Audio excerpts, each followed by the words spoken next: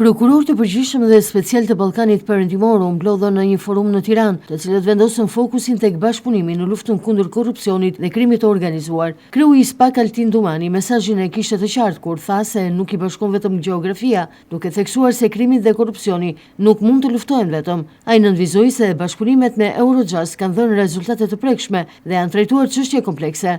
Asnjë vend i rajonit nuk mundet t'i bëj ballë këtyre fenomeneve i vetëm. Grupet apo organizatat kriminale janë të ndërlidhura.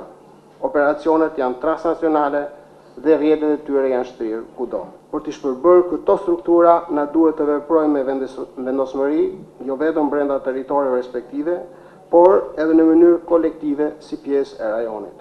Nëse ka një element që ka bërë dallimin në luftën kundër krimit të organizuar dhe korrupsionit, është bashkëpunimi shkëlqyer me Eurojust. Aktualisht SPAK ka 23 skuadra të përbashkëta hetimore me vende të Bashkimit Evropian, por edhe me vende të rajonit, si dhe një skuadër me një vend të Amerikës Latine. SPAK ka marrë pjesë në hetimit përbashkëta në kuadër të 2 qendrave të koordinimit në ditën e aksionit, të ngritura pikërisht nga Eurojust.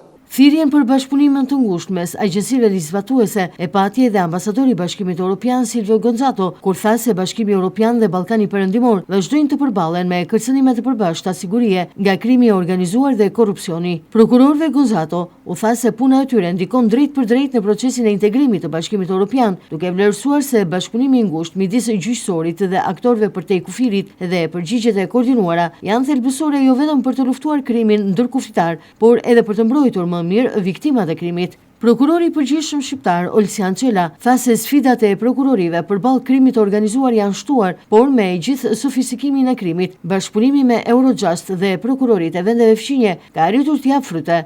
Shqipëria ka përfituar tashmë nga kjo iniciativë përmes disa hetimeve të përbashkëta të suksesshme. Trafiqet e drogës, armëve, kontrabandimi i njerëzve, si dhe aktivitetet të tjera kriminale vazhdojnë të bëjnë shqetësim për vendet e Ballkanit Perëndimor. Përpjekjet tona për të luftuar krimin tradicional janë në rrugë të mbarë. Sfidat që lidhen me krimet në fushën kibernetike dhe përdorimi për herë më i madh i teknologjisë si dhe i kriptomonedhave në veprimtaritë kriminale kërkojnë një përgjigje efikase.